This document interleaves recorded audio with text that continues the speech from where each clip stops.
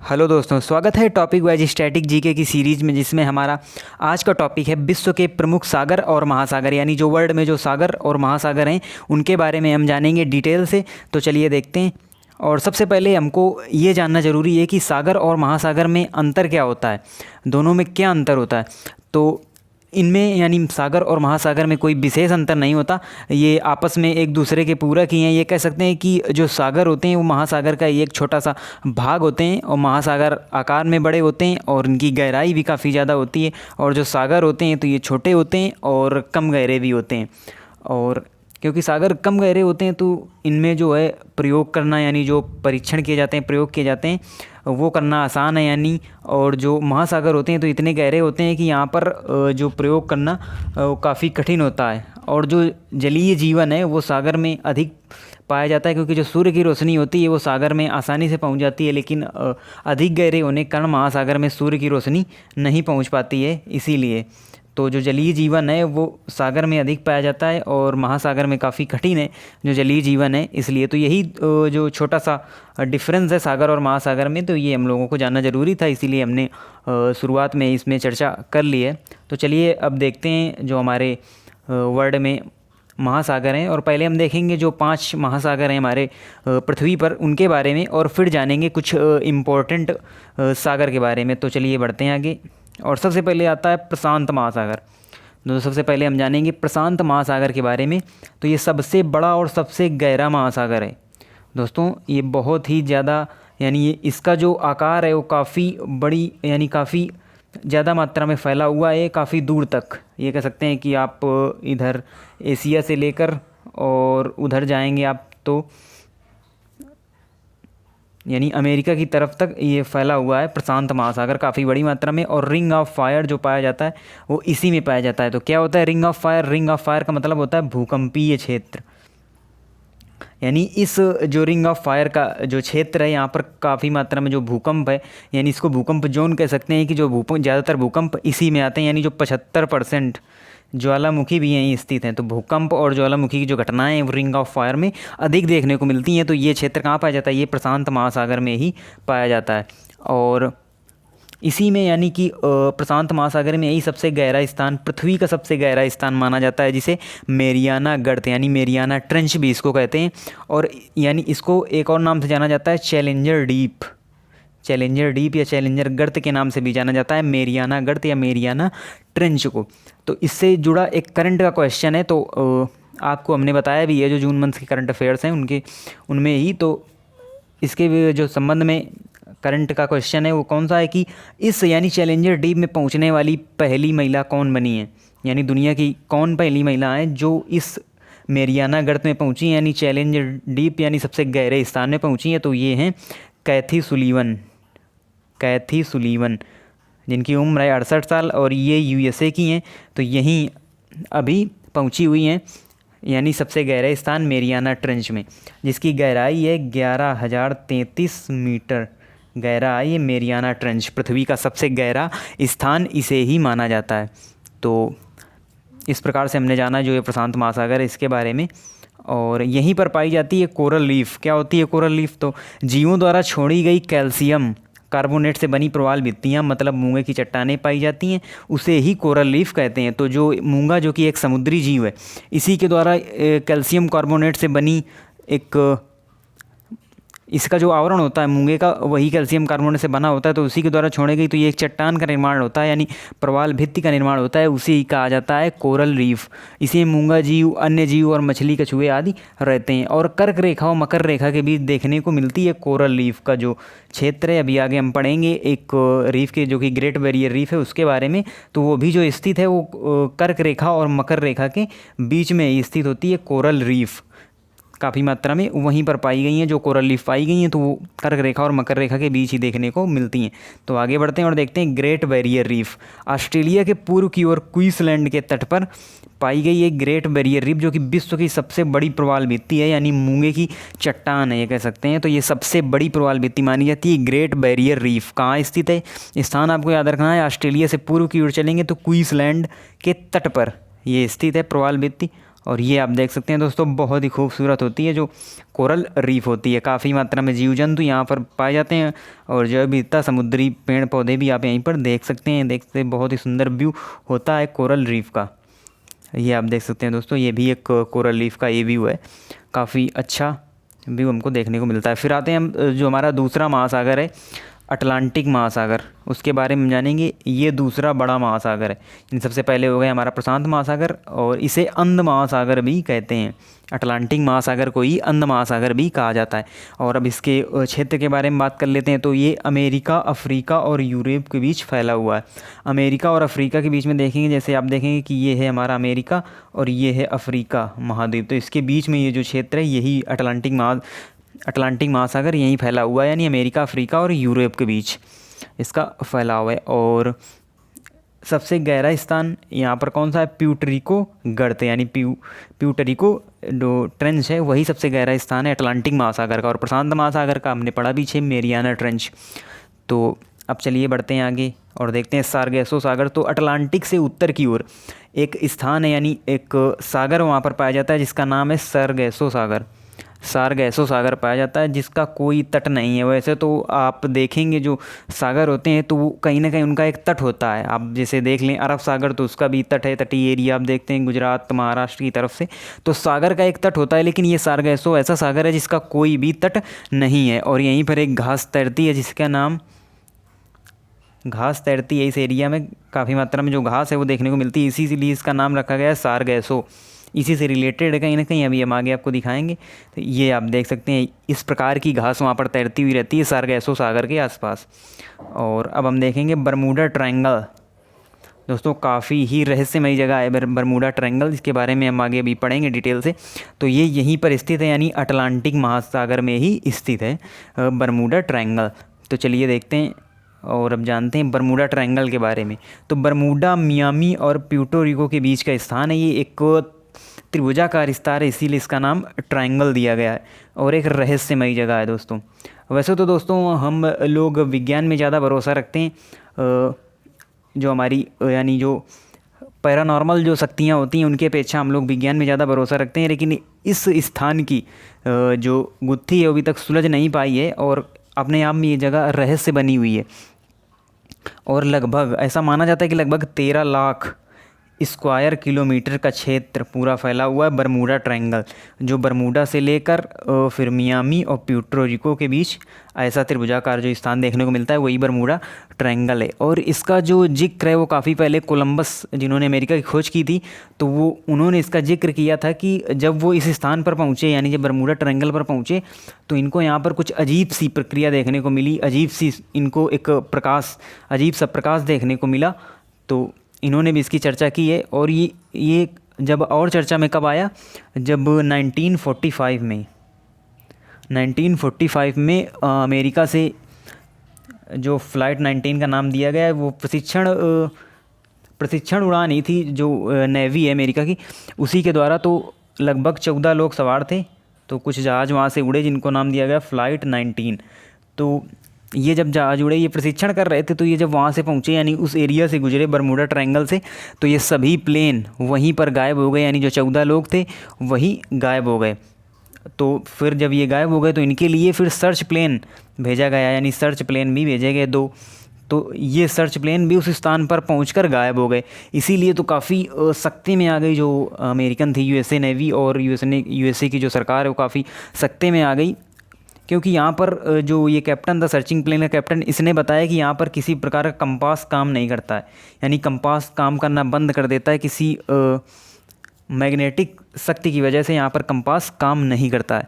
और कुछ लोग कहते हैं, जो एक अफवाह भी चलती है, कुछ लोग कहते हैं कि यहाँ पर कोई पैरानॉर्मल एक्टिविटीज़ होती है, कुछ लोग कहते हैं यहाँ पर एलियन का एयरबेस है, जिसके कारण वो जो यानी वाटर शिप्स हैं और जो एरोप्लेन है और जो जहाज़ वहाँ से ऊपर से गुजरते हैं, या कोई अगर वाटर शिप से गुजरता है तो सभी वहाँ पर गायब हो जाते हैं। ऐसा ये एक रहस्यमय स्थान है। तो और लेकिन वैज्ञानिकों का मानना है कि यहाँ पर ख़तरनाक हवाओं के चलते एक ऐसा क्षेत्र बन जाता है, एक ऐसा दबाव का क्षेत्र बन जाता है, जिससे कि काफ़ी बड़ी मात्रा में, और जो सैटेलाइट तस्वीरों से इसकी जो जांच हुई, क्योंकि यहाँ पर जो कोई गया है तो कभी लौट कर नहीं आया, यहीं पर गायब हो गया, इसीलिए सैटेलाइट तस्वीर से जो जांच की गई उससे पता चला कि यहाँ पर जो बादल पाए गए हैं वो बादल कुछ अजीब टाइप से हैं, यानी जो सामान्य बादल होते हैं उनसे कुछ अलग पाए गए हैं। जैसे बादल यानी जो शनि ग्रह है वहाँ पर जिस प्रकार के बादल पाए जाते हैं तो उसी प्रकार के बादल पाए गए हैं, इसीलिए यहाँ पर एक एयर बम टाइप का बन जाता है जिससे ये जहाज़ इन जहाज़ों को वो अपने आप में डुबो लेता है। तो ये ऐसे ही रहस्यमय जगह ये आप देख सकते हैं, ये फैली हुई है मियामी, फ्लोरिडा और प्यूर्टो रिको के बीच, यही है बरमूडा ट्रायंगल का क्षेत्र। ये आप देख सकते हैं दोस्तों, ये एक वाटर शिप्स है जो यहीं पर जाके गायब हो जाते हैं, ऐसी यहाँ पर रहस्यमय जगह मानी गई। फिर बढ़ते हैं और अगले महासागर की ओर जो कि है हिंद महासागर। अब इसका जो फैलाव है कहाँ से, दक्षिणी एशिया, अफ्रीका व पश्चिमी ऑस्ट्रेलिया के बीच स्थित है ये हिंद महासागर। और इसमें जो सबसे गहरा स्थान है हिंद महासागर का वो है सुंडागर्त, और ये तीसरा बड़ा महासागर है। यानी पहला हो गया प्रशांत, दूसरा अटलांटिक, फिर हिंद महासागर तीसरा बड़ा महासागर। और जो भारत देश यानी अपने देश के जो दक्षिण में स्थित है वो यही महासागर है यानी हिंद महासागर, तभी दक्षिणी एशिया कहा गया, दक्षिणी एशिया में ही स्थित है ये हिंद महासागर। अब बढ़ते हैं आगे और देखते हैं आर्कटिक महासागर। ये चौथा महासागर आता है दोस्तों, ये सबसे छोटा महासागर है और ये उत्तरी गोलार्ध में स्थित है। और अधिकतर ये हमेशा बर्फ़ से ही ढका रहता है, क्योंकि उत्तरी गोलार्ध में काफ़ी मात्रा में जो ठंड है वो पड़ती है, इसलिए बर्फ़ ही वहीं पर जमी रहती है इस महासागर में, तो इसीलिए इसको छिपता हुआ महासागर भी कहा जाता है। तो बढ़ते हैं अगले, और अगला आता है हमारा अंटार्कटिका महासागर। इसको सागर और महासागर दोनों की संज्ञा दी जाती है अंटार्कटिका महासागर को, और इसके बारे में हमें कोई भी जो जानकारी है वो प्राप्त नहीं है, इसीलिए इससे रिलेटेड जो क्वेश्चन है वो भी नहीं पूछे जाते हैं हमारे जो एग्ज़ाम्स होते हैं उनमें, क्योंकि इसके बारे में कोई क्लियर डिटेल पता नहीं है। चलिए बढ़ते हैं, अब देख लेते हैं मैप में जो हमने सागर पढ़े।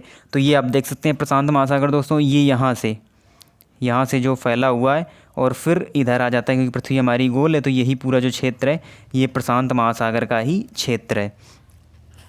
आप देख सकते हैं यहाँ पर है उत्तरी अमेरिका, और यहाँ पर है ये रसिया और एशिया का क्षेत्र है, जापान इसी जगह सब स्थित है। तो उसके बाद देखते हैं अटलांटिक महासागर। ये देखिए दोस्तों अफ्रीका और अमेरिका के बीच में ये स्थित है। फिर आता है हमारा हिंद महासागर दक्षिणी एशिया में स्थित, और ये है आर्कटिक महासागर जो कि उत्तरी गोलार्ध में स्थित है, और ये है दक्षिणी गोलार्ध में स्थित अंटार्कटिका महासागर। अब एक और मैप से दोस्तों हम समझ लेते हैं। ये देखिए अंटार्कटिक जो जमा हुआ, जहाँ पर बर्फ़ काफ़ी मात्रा में जमी हुई है, ये है अटलांटिक, और ये हमारा हिंद महासागर, ये प्रशांत, और ये प्रशांत इधर भी। तो चलिए बढ़ते हैं और अब देखते हैं कुछ प्रमुख सागर जो अपने यानी पृथ्वी पर जो सागर मौजूद हैं उनके बारे में, जिनमें बहुत सारे सागर मौजूद हैं, लेकिन जो मुख्य हैं, इंपॉर्टेंट हैं, जिनसे क्वेश्चन बनते हैं हमारे एग्जाम्स में, तो उनके बारे में हम जानेंगे। तो सबसे पहले आता है हमारा कैरेबियन सागर। कैरेबियन सागर कहाँ स्थित है, तो ये अटलांटिक महासागर जो हमने पढ़ा अफ्रीका और अमेरिका के बीच में स्थित है अटलांटिक महासागर, तो वहीं उसी के मध्य में स्थित है कैरेबियन सागर, और इसको सबसे गहरा सागर कहा जाता है। दोस्तों अगर सबसे गहरा महासागर की बात आए तो वो होगा हमारा प्रशांत महासागर, लेकिन अगर सबसे गहरा सागर की बात आए तो वो होगा कैरेबियन सागर, जिसकी गहराई है 7,686 मीटर, इसकी गहराई है कैरेबियन सागर की। उसके बाद बढ़ते हैं आगे और आता है भूमध्य सागर। ये काफ़ी चर्चा में भी रहता है दोस्तों, और काफ़ी क्वेश्चन भी इससे बनते हैं, तो जानना जरूरी है कि अफ्रीका, यूरोप व मध्य पूर्व एशिया से घिरा हुआ है भूमध्य सागर, इसी में पड़ता है। और इसकी जो गहराई है यानी 4,632 मीटर है, और इसको मेडिटेरियन सी भी कहा जाता है, यानी इंग्लिश में मेडिटेरियन सी के नाम से जाना जाता है, उसे भूमध्य सागर इसका नाम है, और अफ्रीका, यूरोप, मध्य पूर्व एशिया से घिरा हुआ है। उसके बाद बढ़ते हैं और आगे देखते हैं काला सागर यानी कि ब्लैक सी। ये कहाँ स्थित है, ये यूरोप में स्थित है, और इसकी जो गहराई है वो है 2,212 मीटर इसकी गहराई है। और इससे जुड़े हुए जो देश हैं उनके बारे में हमको जानना जरूरी है। 6 देश हैं जिनकी सीमा इससे जुड़ी हुई है, यानी काला सागर से जुड़ी हुई है। कौन कौन से देश हैं, रूस यानी रसिया, यूक्रेन, रोमानिया, बुल्गारिया, टर्की, और एक दोस्त है दोस्तों नार्जिया, शायद तो नार्जिया करके है, कुछ क्लियर नहीं, लेकिन नार्जिया करके। तो इन 6 देशों की सीमा है जो काला सागर से मिलती है। नार्जिया नहीं दोस्तों, जॉर्जिया है, जॉर्जिया यानी कि रूस, यूक्रेन, रोमानिया, बुल्गारिया, टर्की और जॉर्जिया, इन 6 देशों की सीमा काला सागर से मिलती है। बढ़ते हैं अगले सागर की ओर, जो कि है मृत सागर यानी कि डेड सी, डेड सी के नाम से। और ये कहाँ पर स्थित है? ये जॉर्डन व इजराइल के बीच एक सागर स्थित है जिसको मृत सागर नाम से जाना जाता है। वान झील के बाद सबसे अधिक लवणता, यानी जो इसकी लवणता है, लवणता मतलब जो इसमें नमक की मात्रा है वो काफ़ी मात्रा, यानी कि बहुत ज़्यादा इसकी लवणता है। वान झील के बाद सबसे अधिक लवणता वाला, यानी 238% लवणता है इसकी मृत सागर की। और ये 300 मीटर गहरा है, 300 मीटर गहरा है डेड सी। और इसमें कोई डूबता नहीं, इतनी ज़्यादा इसकी लवणता है दोस्तों कि यहाँ पर कोई डूबता नहीं है। आप अगर ऐसे ही पड़े रहे तो आप डूबेंगे नहीं, क्योंकि इतनी ज़्यादा यहाँ पर लवणता है, घनत्व भी अधिक होता है काफ़ी। तो और इसका जो जल होता है काफ़ी मात्रा में लाभदायक भी होता है, क्योंकि आयोडीन और ब्रोमीन की काफ़ी बड़ी मात्रा इसके जल में पाई जाती है। इसीलिए ये जो है मेडिकल टूरिस्ट का काफ़ी अच्छा उदाहरण भी है और लोग जाते भी हैं यहाँ पर। बढ़ते हैं आगे और ये देखते हैं, ये देखिए दोस्तों, ये है डेड सी। काफ़ी मात्रा में आपको नमक दिखाई पड़ रहा होगा, इतनी ज़्यादा लवणता है इस सागर की। आगे बढ़ते हैं और देखते हैं कैस्पियन सागर। दोस्तों ये इसका नाम है सागर, लेकिन यह इसको एक झील की संज्ञा दी गई, यानी सबसे बड़ी जो खारे पानी की झील है विश्व की वो कैस्पियन सागर ही है। और भारत की चिल्का झील और सबसे बड़ी खारे पानी की झील है जो वो विश्व की कैस्पियन सागर है। और इससे जुड़े जो देश हैं कौन कौन से हैं? रसिया, अजरबैजान, ईरान, कजाकिस्तान और तुर्कमेनिस्तान। ये जो देश हैं ये कैस्पियन सागर से जुड़े हुए हैं। बढ़ते हैं हम आगे और देखते हैं कि ये देखिए दोस्तों, ये है कैस्पियन सागर। रसिया, अजरबैजान, तुर्कमेनिस्तान, ईरान और कजाकिस्तान इसी से जुड़े हुए देश हैं। आगे बढ़ते हैं हम दक्षिणी चीन सागर। ये प्रशांत महासागर का एक भाग है और चीन के दक्षिण में स्थित है। और इस सागर को लेकर काफ़ी मात्रा में, और इसको दूसरा गहरा सागर है, यानी पहला गहरा सागर कौन सा है? तो वो है कैरेबियन सागर जो सबसे गहरा है। और दूसरा अगर गहरा की बात है तो वो है दक्षिणी चीन सागर, 5016 मीटर इसकी कुल गहराई है।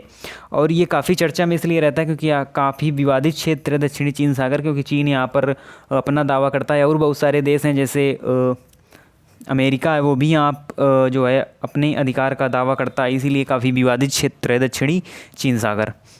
बढ़ते हैं आगे और देखते हैं बेरिंग सागर। ये पूर्वी एशिया व उत्तरी अमेरिका के बीच स्थित है, यानी अलास्का वाला जो एरिया है वहीं पर स्थित है। अलास्का के बीच में ही 4773 मीटर गहराई है इसकी बेरिंग सागर की। और यहीं पर है बेरिंग स्ट्रेट यानी बेरिंग जल संधि, जिसको हम अगले लेक्चर में पढ़ेंगे। और अंतर्राष्ट्रीय तिथि रेखा है वो इसी सागर से होकर गुजरी है, जिससे कि तिथि का मापन किया जाता है।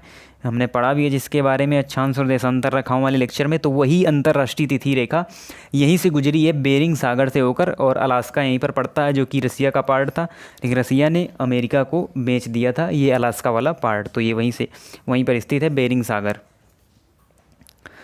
और फिर आता है हमारा तस्मान सागर, जो कि ये ऑस्ट्रेलिया और न्यूजीलैंड के बीच में स्थित एक सागर है। तो इसका केवल आपको ये याद रखना है कि कहाँ पर स्थित है, बाकी इसके बारे में कोई फैक्ट नहीं है इतना कि जो इम्पोर्टेंट हो।